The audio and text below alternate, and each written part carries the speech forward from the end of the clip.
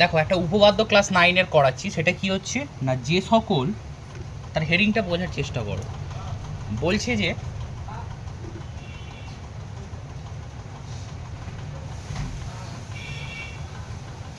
যে সকল সামান্তরিক একই ভূমি ও সমান্তরাল যুগলের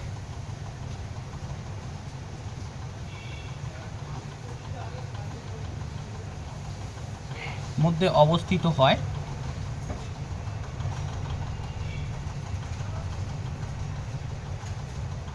তাদের ক্ষেত্রফল সমান।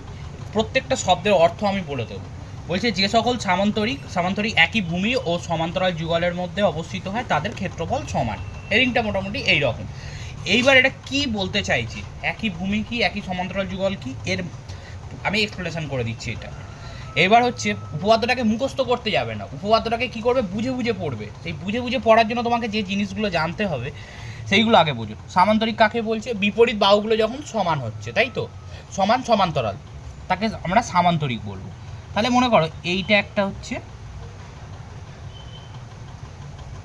একটা সামান্তরিক, ঠিক আছে। এইবার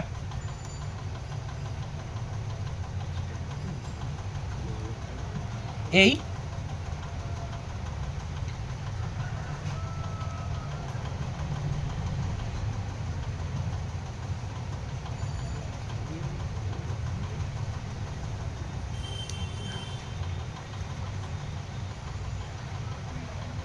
এখানে কিন্তু দুটো সামান্তরিক আঁকা আছে, যদি ভালো করে দেখা যায় দেখবো আমরা দুটো সামান্তরিক আঁকা আছে, এই একটা সামান্তরিক আর এই একটা সামান্তরিক, তাই তো। এখন ছবিটা এইভাবেই আঁকলাম কেন, ছবিটা এইভাবেই আঁকলাম তার কারণ হচ্ছে ওই যে বললাম একই ভূমি ও একই সমান্তরাল যুগলের মধ্যে অবস্থিত, এইটা বলে দিয়েছে।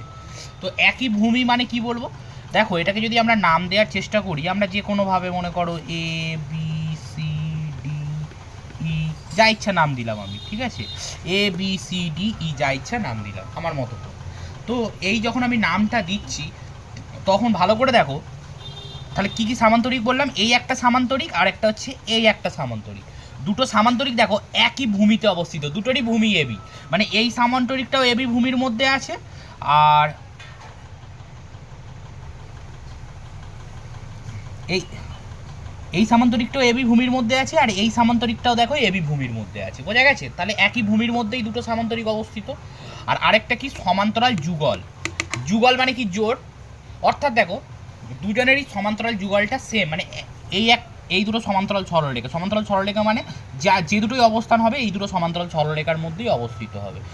দেখো এই সামান্তরিকটাও এই দুটো সমান্তরাল যুগলের মধ্যে, এই সমান্তরাল যুগলের মধ্যে অবস্থিত, আর এই সামান্তরিকটাও দেখো এই সমান্তরাল যুগলের মধ্যে অবস্থিত। তাহলে ছবিটা এরকম আঁকা ছাড়া উপায় নেই। অনেকে বলবে এই তো এই একটা সামান্তরিক আঁকলাম, এই একই ভূমি করে এই একটা সামান্তরিক আঁকলাম, হ্যাঁ হয়তো ভূমি সমান হলো, কিন্তু যুগলটা কি সমান্তরাল যুগল, এর সাথে তো আরেকটা সরলরেখা সমান্তরাল হবে, তার সাথে তো সেই যুগলের মধ্যে তো এই দুটো সামান্তরিক অবস্থিত হচ্ছে না, তাহলে এই ছবিটা হবে না। তখন ছবি কোনটা হবে, এই ছবিটাই নিশ্চয়ই প্রযোজ্য, একই ভূমি ও একই সমান্তরাল যুগলের মধ্যে অবস্থিত, ঠিক আছে। এইবার ভালো করে বোঝো, যে কোনো উপপাদ্য লেখার চারটে স্টেপ, বারবার বলেছি, একটা হচ্ছে প্রদত্ত, একটা হচ্ছে প্রামাণ্য নয় কিন্তু প্রামাণ্য, আরেকটা হচ্ছে অঙ্কন, আরেকটা হচ্ছে প্রমাণ। প্রদত্ত মানে কি, যেটা প্রশ্নে দেওয়া আছে সেটাকে নাম দিয়ে লেখার নামই হচ্ছে প্রদত্ত, সেটাকে নাম দিয়ে আমরা লিখবো, এটা হচ্ছে প্রদত্ত। আর প্রামাণ্য মানে কি, যেটাকে প্রমাণ করতে দিয়েছে সেটাকেই আমরা কি বলবো, প্রামাণ্য। আর অঙ্কন মানে এটা সব উপপাদ্যে লাগে না, এটা হচ্ছে অঙ্কন যখন করব মানে প্রমাণ করার জন্য মূল ছবিটাকে অপরিবর্তিত রেখে, অর্থাৎ মূল ছবিটা চেঞ্জ করলে হবে না, মূল ছবিটাকে অপরিবর্তিত রেখে আরও যদি আমাকে কিছু এঁকে নিতে হয় বা জুড়ে নিতে হয় সেটাকে আমরা কি বলবো, অঙ্কন। আর প্রমাণ মানে কি, যেটা লাস্ট স্টেপ, এই তিনটে করে আমাকে এই যে প্রামাণ্যতে আমরা যেটা লিখেছিলাম সেটাকে আমরা প্রুফ করব, সেটাই হচ্ছে তোমার প্রমাণ। এই চারটে স্টেপে আমাকে উপপাদ্যটা করতে হবে। তাহলে আশা করি ছবিটা বোঝা গেছে। এইবার এবং এইগুলো কি বললাম সেটা বোঝা গেছে। তাহলে আমাকে প্রথম স্টেপে কিসে যাব, প্রদত্ত। তাহলে প্রদত্ত আমরা কি করে করব না, প্রদত্ত করতে গেলে তোমাকে লিখতে হবে, তোমায় কি বলেছি আমি কি বললাম, প্রদত্ত মানে কি, যেটা প্রশ্নে দেওয়া আছে সেটাকে নাম দিয়ে লিখে দেওয়ার নামই হচ্ছে প্রদত্ত। প্রশ্নে কি আছে, যে সকল উপপাদ্যটা যে মুখস্থ করার কোনো দরকার নেই, সেটা এটা দেখলেই বুঝতে পারবে ভালো করে, যে সকল সামান্তরিক একই ভূমি ও সমান্তরাল যুগলের মধ্যে অবস্থিত, এইটুখানি প্রদত্ত, এইটুখানি হচ্ছে প্রদত্ত। প্রদত্ত মানে যা দেওয়া আছে। তাহলে তুমি কি লিখবে প্রদত্তরে যে সকল সামান্তরিক, আমি কি বললাম নাম দিয়ে লিখতে হবে। তাহলে যে সকল সামান্তরিক মানে কি, এখানে কোন সামান্তরিক দুটো নিয়ে কাজ হচ্ছে, একটা হচ্ছে এ বি ডি ই সামান্তরিক, আরেকটা হচ্ছে এ বি সি ডি সামান্তরিক। তাহলে তুমি প্রদত্ততে কি লিখবে, একটা সামান্তরিক হচ্ছে এ বি ডি ই, ও আরেকটা সামান্তরিক কি A B C D, A B D E একটা সামান্তরিক, আর একটা হচ্ছে এ বি সি ডি একটা সামান্তরিক। এই দুটো সামান্তরিক কি হয়েছে, এই দুটো সামান্তরিক কি লিখবে, একই ভূমি ও একই সমান্তরাল যুগলের মধ্যে অবস্থিত, এটাই প্রদত্ত। বোঝা গেছে প্রদত্তটা। এইবারে চলে এসো, তাহলে প্রদত্ত ক্লিয়ার। এবার প্রামাণ্য। প্রামাণ্য কি মানে, যেটা প্রমাণ করতে হয়, যে প্রশ্ন দেওয়া থাকে তার নর্মালি লাস্টের পার্টটা হয় প্রামাণ্য। তাহলে এখানে প্রামাণ্য কি, তাদের ক্ষেত্রফল সমান। কাদের ক্ষেত্রফল সমান, এই দুটো সামান্তরিকের ক্ষেত্রফল সমান। তাহলে প্রামাণ্যতে তুমি কি লিখবে, যে এই যে দুটো যে সামান্তরিক, এই সামান্তরিকটা সমান এই সামান্তরিকটা, এই দুটো সামান্তরিকের ক্ষেত্রফল সমান, এটাই হচ্ছে আমার প্রামাণ্য। অর্থাৎ প্রামাণ্যতে লিখতে হবে যে সামান্তরিক A B D E O সামান্তরিক A B C D এর ক্ষেত্রফল সমান। তাহলে প্রদত্ত আর প্রামাণ্য পুরোপুরি বোঝা গেল। এইবার চলে এসো অঙ্কন। অঙ্কনটা আমি প্রথমেই বললাম যে অঙ্কনটা সব উপপাদ্যের ক্ষেত্রে দরকার পড়ে না। এই উপপাদ্যটা প্রমাণ করার জন্য তোমার অঙ্কন দরকার পড়বে না, কারণ যা আছে সেটা প্রমাণ করার জন্য সাফিসিয়েন্ট, তাই প্রমাণ করার দরকার, এই অঙ্কনটা করার দরকার পড়বে না। তাহলে এবার আমরা ডিরেক্টলি কোথায় যাব, প্রমাণ, মোস্ট ভাইটাল পার্ট, সেটা হচ্ছে প্রমাণে যাব।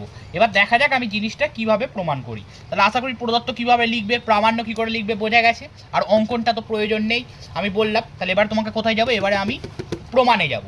তো এই প্রমাণটা করার, দেখো আমি কিভাবে প্রমাণ করছি, ভালো করে বোঝার চেষ্টা করো। এবার আমরা আসছি প্রমাণ। তাহলে সামান্তরিক কী কী পেয়েছি, একটা হচ্ছে এ বি ডি ই একটা সামান্তরিক পেয়েছি, আর আরেকটা হচ্ছে এ বি সি ডি, এই দুটো সামান্তরিক পেয়েছি। দেখো এবার দুটো সামান্তরিক নিয়ে আমরা কিভাবে আমরা প্রমাণে চলে আসি, ভালো করে দেখো। যখন আমি, তার আগে আমি দুটো ক্লাস 8-এর কনসেপ্ট আমি ক্লিয়ার করে নিই। এই একটা সরলরেখা, এই দুটো সমান্তরাল সরলরেখা, ঠিক আছে, এইটা হচ্ছে ভেদক, এটা ভেদক। তাহলে এই কোণটার সাথে এই কোণটাকে কি বলে, এটাকে বলা হয় একান্তর কোণ। একান্তর কোণ পরস্পর সমান হয়। আবার এই কোণটার সাথে এই কোণটা কি হবে বলো তো, এটা হচ্ছে অনুরূপ কোণ। অনুরূপ কোণও পরস্পর সমান হয়, তাই তো। আর এইগুলো হচ্ছে বিপ্রতীপ কোণ, বিপ্রতীপ কোণ পরস্পর সমান হয়। তার মানে এইটার সাথে এইটা অনুরূপ কোণ, এইটার সাথে এইটা একান্তর কোণ, এইগুলো কি, এটা হচ্ছে বিপ্রতীপ কোণ। এই কোণ সম্পর্কে আইডিয়া তো লাগবেই যতদিন উপপাদ্য করবে, ক্লিয়ার। তো এবার একটা কথা ভালো করে দেখো, যেহেতু এটা একটা এটা তো একই ভূমি আর একই সমান্তরাল যুগলের মধ্যে অবস্থিত, তার মানে এবি আর ইসি এটা হচ্ছে সমান্তরাল সরলরেখা, এবি আর ইসি সমান্তরাল সরলরেখা। তাহলে এই যে ইডিটা তো ইসিরই একটা অংশ, ইসি যদি এবির সাথে সমান্তরাল হয় তাহলে ইডিও তো এবির সাথে সমান্তরাল, হ্যাঁ কি। এবার এই যে দুটো সমান্তরাল সরলরেখা নিয়ে আমরা কাজ করছি, সেখানে কি হবে, এবার সেই জায়গাটা করতে গেলে আবার এইদিকেও দেখো, এই সাথে বিডিও সমান্তরাল, কারণ সামান্তরিকের বিপরীত বাহুগুলো তো সমান্তরাল হবেই, এইটার সাথে এইটাও সমান্তরাল। তাহলে আমি প্রথমে একটা জিনিস তোমাকে লিখছি, যে এই সমান্তরাল, এটা কি বিডি, এই সমান্তরাল হচ্ছে বিডি। তখন এখানে ছেদকের কাজ কে করছিল, এই দুটো সমান্তরাল সরলরেখা, এইটা ছেদকের কাজ করছিল। এখানে এইটার সাথে এইটা সমান্তরাল সরলরেখা নিলাম, তাহলে ছেদকের কাজ কে করছে বলো তো, এবিটাও ছেদকের কাজ করছে, আর হচ্ছে ইসিটাও ছেদকের কাজ করছে, হ্যাঁ কি না। এবার ছেদক কি সবসময় এরমভাবেই যাবে, এটাও ছেদক, এইটাও ছেদক, বুঝতে পেরেছো। সেরকম এইটা ছেদকের কাজ করছে না, যদি তুমি এইভাবে ভাবো, এই দুটো সমান্তরাল সরলরেখা, তাহলে এটা ছেদক তো, এটা ছেদক তো, এটাও ছেদক, এটাও ছেদক, ছেদকের কাজ করছে, বা ভেদক, ছেদক বা ভেদক যাই বলো, তারপর তখন এটাও একটা ভেদকের কাজ করছে। এখন ভালো করে দেখো, এই কোণটার সাথে এই কোণটা সমান হবে, এই কোণটার সাথে এই কোণটা কেন সমান হবে, কারণ এরা হচ্ছে পরস্পর অনুরূপ কোণ। দেখো দুটোই ছেদকের একই দিকে কোণটা উৎপন্ন হয়েছে নিচের দিকে, আর সমান্তরাল সরলরেখার ডান দিকে উৎপন্ন হয়েছে, তার মানে একই রকম। তাহলে সেটাকে আমরা কি বলবো, অনুরূপ কোণ উৎপন্ন হয়েছে। তার মানে অনুরূপ কোণ কি হয়, সমান। তো তাহলে এখানে পাশে আমি লিখে দিচ্ছি যেহেতু এই দুটো সমান্তরাল এবং কে এখানে ভেদকের কাজ করছে, ইসি ভেদক বা ছেদক যাই বলো, তার মানে তখন কি হবে, এই যে অ্যাঙ্গেল AED এটার সাথে কে সমান বলো তো, অ্যাঙ্গেল BDC। তার কারণটা কি, কারণটা হচ্ছে অনুরূপ কোণ। বলো এইটুখানি বোঝা গেছে তো পুরো ব্যাপারটা। এইবার চলে এসো, আবার এইটার সাথে এইটাও তো সমান্তরাল, তাহলে এতক্ষণ গেলে এটার সাথে এটা সমান্তরাল নিলাম, নিয়ে এটাকে ভেদক হিসাবে কাজ করলাম। এবার দেখো এইটার সাথেও এইটা সমান্তরাল, অর্থাৎ এডির সাথে বিসি সমান্তরাল। তাহলে আবার লিখছি দেখো, এডি সমান্তরাল বিসি। কে ভেদক বলো তো, ভেদকের সেই ইসি ভেদক নিচ্ছি, এটাও ভেদক হতে পারে, এটাও ভেদক হতে পারে, আমার এখানে প্রয়োজন ইসিটাকে, সেই জন্য ইসিটাকে নিচ্ছি। তাহলে এবং ইসি হচ্ছে ভেদক। তাহলে তাহলে এবার দেখো যখন আমি ইসি ভেদক পাবো তখন একটা জিনিস আমি বলছি দেখো, এডির সাথে বিসি, তাহলে এই কোণটার সাথে এই কোণটা সমান হবে না, অনুরূপ কোণ। আবার দেখো দুটোই ভেদকের একই দিকে নিচের দিকে, আর সমান্তরাল সরলরেখার বাঁ দিকে, এটাও সমান্তরাল সরলরেখাটার বাঁ দিকে, তার মানে এই দুটো কোণ সমান। তো তার মানে এখানে আমি বলতে পারি যে অ্যাঙ্গেল ADE সমান অ্যাঙ্গেল BCD, ADE সমান অ্যাঙ্গেল BCD। বোঝা গেছে তো। তার কারণটা কি, ব্র্যাকেটে আমরা কি লিখবো, কারণটা হচ্ছে অনুরূপ কোণ। ক্লিয়ার হয়েছে, এটা অনুরূপ কোণ। এইবার একটা জিনিসে তোমরা আসার চেষ্টা করো, ব্যাপারটা তোমরা বোঝার চেষ্টা করো একটা জিনিস, যে এবার আমি এই দুটো ত্রিভুজ নেব, এখানে দেখো দুটো ত্রিভুজ তৈরি হয়েছে, তাহলে এই ত্রিভুজটার নাম কি, ADE, ত্রিভুজ ADE। আর আরেকটা ত্রিভুজ কি, ত্রিভুজ BCD। একটা হচ্ছে ত্রিভুজ ADE আর একটা হচ্ছে BCD। ঠিক আছে, এই দুটো ত্রিভুজ নিয়ে, দুটো ত্রিভুজ দেখলেই আমাদের কি করতে ইচ্ছা করে, সর্বসম প্রমাণ করার ইচ্ছা করে। দেখো সর্বসম প্রমাণ হবে কিনা। প্রথমত দুটো ত্রিভুজ ADE আর ত্রিভুজ BCD এর এই কোণটার সাথে এই কোণটা সমান, আগেই প্রমাণিত হয়েছে। অ্যাঙ্গেল AED সমান হচ্ছে অ্যাঙ্গেল BDC, এটা প্রমাণিত হয়েছে। আরেকটা দেখো, এই কোণটার সাথেও এই কোণটা সমান, তখন কি হবে, অ্যাঙ্গেল ADE সমান অ্যাঙ্গেল BCD। আর কটা জিনিস দরকার, আর একটা জিনিস দরকার, দেখো তো এইটা তো মানে এই ত্রিভুজের এই বাহুটা আর এই ত্রিভুজের এই বাহুটা, অর্থাৎ এই ত্রিভুজের এই বাহুটা আর এই ত্রিভুজের BD বাহুটা, দুটো তো একই সামান্তরিকের বিপরীত বাহু। তাহলে সামান্তরিকের বিপরীত বাহু পরস্পর সমান হবে না, সমান হবে তো। তার মানে কি এখানে আমরা বলতে পারি তো, AE সমান BD। কারণটা তোমরা জানো যে সামান্তরিকের বিপরীত বাহু, কোন সামান্তরিকের না, ABD বিপরীত সামান্তরিক বাহু, সামান্তরিকের বিপরীত বাহু, তার মানে সমান হলো। তাহলে তিনটে জিনিস সমান হলো, মানে এটাকে আমরা লিখতে পারি তো সর্বসম। তার মানে অতএব আমরা লিখে দিতে পারি, অতএব ত্রিভুজ ADE সর্বসম, আমরা কি লিখব, ত্রিভুজ ADE সর্বসম ত্রিভুজ BCD। ADE সর্বসম ত্রিভুজ BCD। শর্ত কি শর্ত হবে, দেখো দুখানা কোণ একটা বাহু, তার মানে ASA, কি শর্তানুসারে, ASA দুটো কোণ অর্থাৎ অ্যাঙ্গেল দুটো, আর বাহু S, তাহলে সাইড অ্যাঙ্গেল, যে কারণে আমরা দুটো ত্রিভুজকে আমরা সর্বসম বলবো। এবার দুটো ত্রিভুজ যেই সর্বসম হয়ে গেল, তার মানে দুটো ত্রিভুজের ক্ষেত্রফলও সমান হবে, তার মানে আমরা বলতে পারি যে অতএব ত্রিভুজ ADE, আমরা বলতে পারি ADE সমান ত্রিভুজ BCD। এই ক্ষেত্রফলটা সমান হলো, তার মানে এই ত্রিভুজের ক্ষেত্রফল যা, এই ত্রিভুজের ক্ষেত্রফল হচ্ছে তাই। বোঝা গেছে। এইবার দেখো লাস্ট পার্ট, এতক্ষণ পর্যন্ত কারো কোনো অসুবিধা নেই, এই গোটা ব্যাপারটা আশা করছি পুরোপুরি ক্লিয়ার করে দিয়েছি জিনিসটা। এবার লাস্ট পার্ট যেখান থেকে তোমার প্রমাণ হয়ে যাবে, দেখো ভালো করে দেখো, এই যে EABC এটাও তো একটা চতুর্ভুজাকার ক্ষেত্র, হয়তো আমি বর্গক্ষেত্র আয়তক্ষেত্র বলতে পারছি না, এটা খুব ভাইটাল পয়েন্ট, এই জায়গাটা দেখো ভালো করে। এই যে EABC এই গোটাটা তো চারটে বাহু, দেখো একটা দুটো তিনটে চারটে, তার মানে এটাও তো একটা চতুর্ভুজাকার ক্ষেত্র, হয়তো এটাকে আমি চতুর্ভুজ এই আয়তক্ষেত্র বলতে পারছি না, বর্গক্ষেত্র বলতে পারছি না, কিন্তু এটাও তো একটা চতুর্ভুজাকার ক্ষেত্র। সেই চতুর্ভুজাকার ক্ষেত্র এখানে দেখো, আমি এখানে এই জিনিসটা করার চেষ্টা করছি, যে এই যে নাম হচ্ছে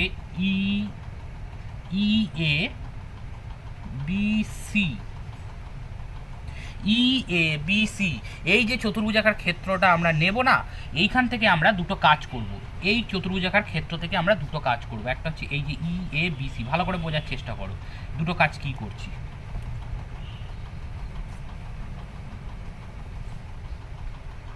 এই যে এই গোটাটা নিলাম, গোটাটার নাম কি এ বি সি। এইখান থেকে আমরা বাদ দেবো এই ত্রিভুজাকার ক্ষেত্রফল, এই চতুর্ভুজ, এই যে চতুর্ভুজ আমি যে নিলাম বি, মানে তোমার হচ্ছে EABC, সেখান থেকে আমরা বাদ দেবো এই ক্ষেত্রফল ত্রিভুজ ADE। একবার গোটাটা থেকে এই ক্ষেত্রফলটা বাদ দিচ্ছি ADE।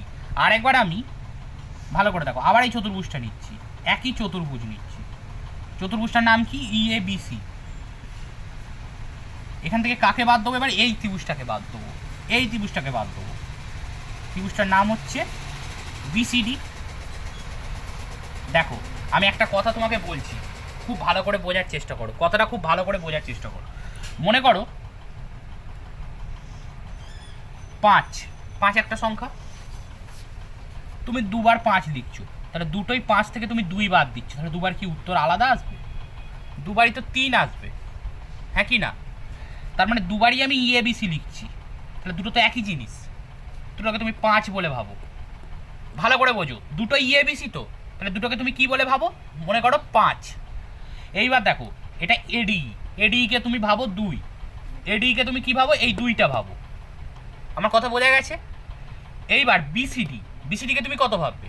BCD কেও 2 ভাবতে হবে। তার কারণ কি? এই যে ADE সমান BCD তোমার তো আগেই প্রমাণিত হয়েছে, ADE সমান BCD তো আগে প্রমাণিত হয়েছে যে এইটা সমান এইটা। তার মানে এটা যদি 2 হয় এটাও 2, তার মানে এটা যদি 2 হয় এটাও 2, তাহলে দুটোই দেখো 5 থেকে তুমি 2 বাদ দিচ্ছ, তাহলে দুটোর উত্তর কি আলাদা আসবে? দুটোর উত্তরই তো 3 আসবে। আমি আবার বলছি, ভালো করে বোঝো, EABC এটাও EABC, তুমি এই দুটোকে 5 ভাবো, এটা 5 হলে এটাও 5, আর তুমি ADE কে 2 ভাবো, তার মানে কি 5 থেকে তুমি 2 বাদ দিচ্ছ তো। এখানে দেখো তুমি এবার এই 5 থেকে তুমি BCD বাদ দিচ্ছ, তুমি ভাবছো যে এখানে ADE আছে BCD আছে, কিন্তু ADE আর BCD কি আলাদা? দুটোর ক্ষেত্রফল তো একই। দেখো ADE সমান BCD আগে প্রমাণিত হয়েছে, তার মানে এটাকে যদি তুমি 2 ধরো, তুমি কি এটাকে 3 ধরতে পারবে? এটাকেও 2 ধরতে পারবে, তাহলে দুটোই তুমি 5 থেকে 2 বাদ দিচ্ছ, তাহলে দুটোর উত্তর কি সেম আসবে না আলাদা আসবে? দুটোর উত্তরই সেম আসবে, তাহলে হচ্ছে এটা হচ্ছে সমান। দুটোর উত্তর এই জন্য এই দুটোর আনসার কি হবে? এটা সমান হবে। তার মানে চতুর্ভুজ EABC থেকে ADE বাদ দিলে যেটা হবে, চতুর্ভুজ EABC থেকে BCD বাদ দিলে সেটাই হবে। ব্যাপারটা বুঝতে পেরেছো তো? মানে দুটো জিনিস আলাদা, মানে দুটো ক্ষেত্রফল আলাদা হবে না, সেটাই মানে তাদের যে ক্ষেত্রফলটা সেটা কিন্তু আলাদা হবে না, সেটা সমান হবে। এইবার দেখা যাক, আশা করি ব্যাপারটা বোঝা গেছে তো কি বলেছি। এইবার এখান থেকে কি আসে দেখা যাক। এই যে EABC মানে গোটাটা, EABC থেকে কোনটাকে বাদ দিচ্ছি? ADE মানে কোনটা বলো তো? এইটাকে পুরো বাদ দাও, চাপা দাও, ADE পুরো বাদ দিচ্ছি, বাদ দেওয়া মানে এটাকে চাপা দাও, তাহলে কে পড়ে থাকছে? তাহলে এই সামান্তরিকটা পড়ে থাকছে না, ABCD সামান্তরিক পড়ে থাকছে না, তার মানে এটাকে কি লিখবো? এটা বাদ দিলে কি হবে? সামান্তরিক ABCD। ওকে, আবার বলছি, EABC গোটাটা, ওখান থেকে কাকে বাদ দিচ্ছি? বিয়োগ করা মানে কি? বাদ দিচ্ছি তো আমি, তাহলে ADE, তাহলে ADE কে বাদ দিলে কে পড়ে থাকবে? এই সামান্তরিকটা পড়ে থাকবে না? দেখো সামান্তরিক ABCD, এটার উত্তর কত? সামান্তরিক ABCD। তারপরে দেখো, এবার দেখো আবার চতুর্ভুজ EABC, এখান থেকে এবার কাকে বাদ দিচ্ছি? BCD কে। তাহলে তোমরাই বলো কে পড়ে থাকবে? BCD মানে এইটাকে চাপা দেবো, এই গোটা ত্রিভুজটা উড়িয়ে দাও মনে মনে, এই ত্রিভুজটাকে তো বিয়োগ করে দিচ্ছি BCD, তাহলে কে পড়ে থাকবে? এইটুখানি পড়ে থাকবে না? এই গোটাটা থেকে আমি যদি এইটুখানিকে কেটে বাদ দিয়ে দিই, এখান থেকে মনে করো কাঁচি দিয়ে কেটে তুমি কাগজটা বাদ দিয়ে দিলে, তার মানে এইটাকে কি লিখবে? এই বোর্ডটাকে ধরো বাদ দিয়ে দিলাম এইখান থেকে কেটে, তাহলে এটা কে পড়ে থাকবে? এইটা পড়ে থাকবে, তার মানে এইটার নাম কি? ABDE, হ্যাঁ কি না? তার মানে সমান সমান কি হয়ে যাবে? এখানে সমানে সমান, তাহলে সামান্তরিক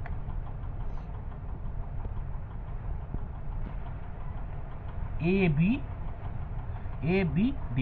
দেখো তোমাকে এটাই তুমি প্রামাণ্যতে লিখেছিলে না, যে প্রমাণ করতে হবে যে সামান্তরিক ABCD সমান সামান্তরিক ABD।